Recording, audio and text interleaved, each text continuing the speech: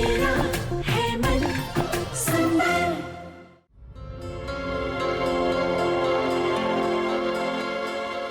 माँ मुझे भूख लगी है ना माँ।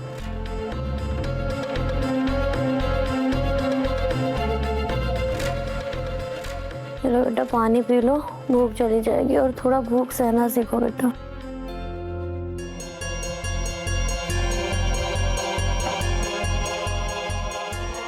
माँ मुझे भूख लगी है, मैं क्या करूँ?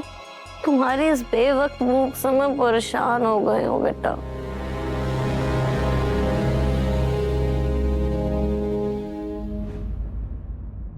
खाने की खुशबू,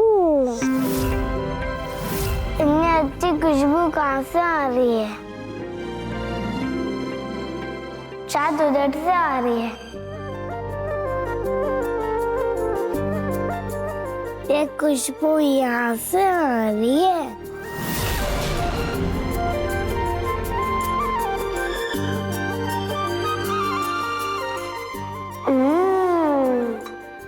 माखन। भगवान मैं थोड़ा सा ले रहा हूँ, सॉरी।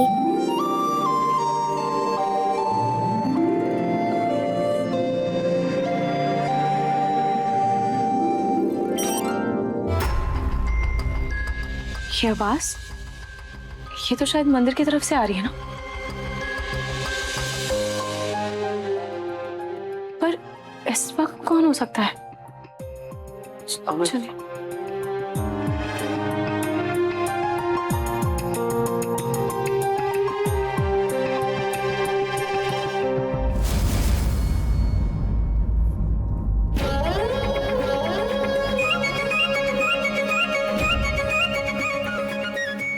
रोही वो क्या?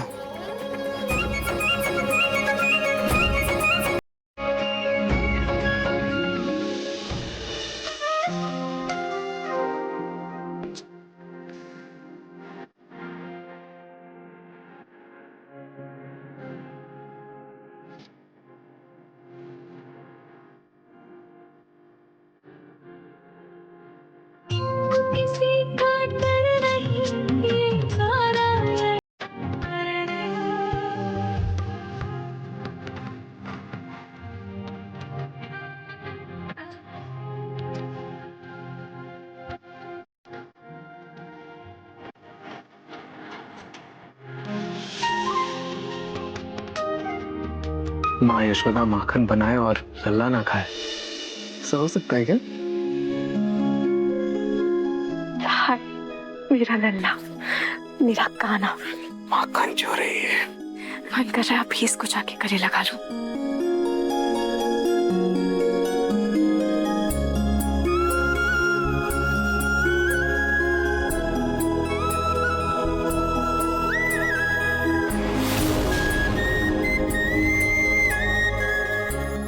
बेटा, दिव्य बेटा,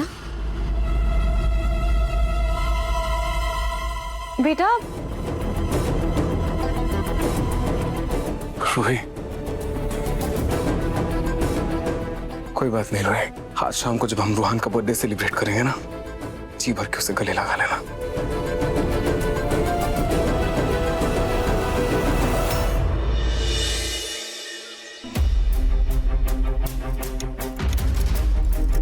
बेटा ला मैं बांध देती हूँ। पलक।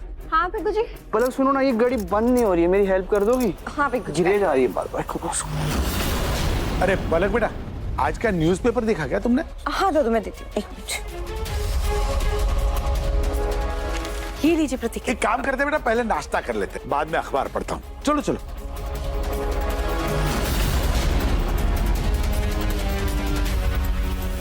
क्या कर रहे हैं? हम 3 लोग बैठे हैं, तूने 3 प्लेटें लगा दी, चौथी प्लेट किसके लिए लगा रही हो? चल बेटा तुम खाना खा लो। जानते हो आप ऐसा क्यों कर रहे हैं प्रतीक के पापा?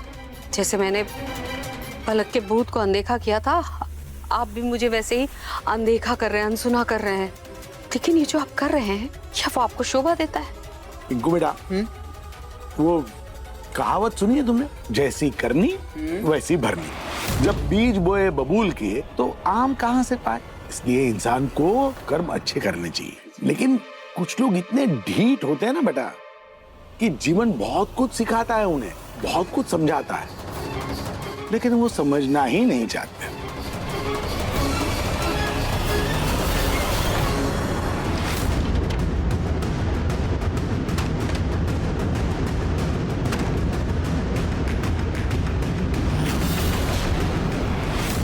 क्या हुआ माँ?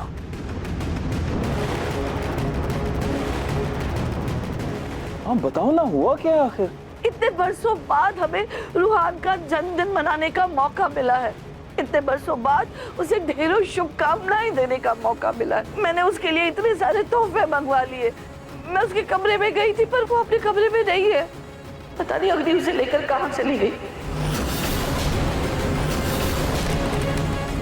कहीं अग्नि फिर से हमारे रूहान को लेकर कहीं चली तो नहीं गई ना? रोही रोही रिलैक्स, शांत हो जा। देखो अग्नि को अगर जाना ही होता ना, वो रूहान को लेकर यहाँ वापस कभी नहीं आती। परेशान मत हो, रूहान वापस आ जाएगा। मैं एक बार अग्नि को फोन करती हूँ।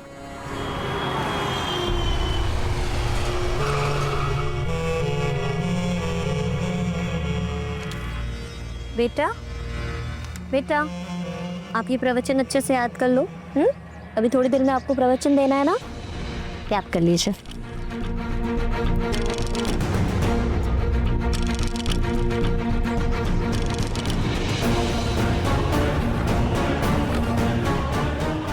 चेक लाए हैं? 35,000 का चेक है। हमें क्या भिखारी समझ के रखा है क्या जो चिल्लर पकड़ा रहे हैं? दिव्य बच्चा उनके दुकान का उद्घाटन करेगा, उनके यहाँ प्रवचन देगा। कम से कम 1 लाख का तो चेक होना चाहिए ना। दारा माँ पिछले 1-2 बार में दिव्य बच्चा प्रवचन करने में थोड़ा गड़बड़ी कर रहा है, जिसकी वजह से हमारे फॉलोअर्स कम हो गए और पैसा भी कम मिलने लगा है। अभी तो इससे ही काम चलाना पड़ेगा।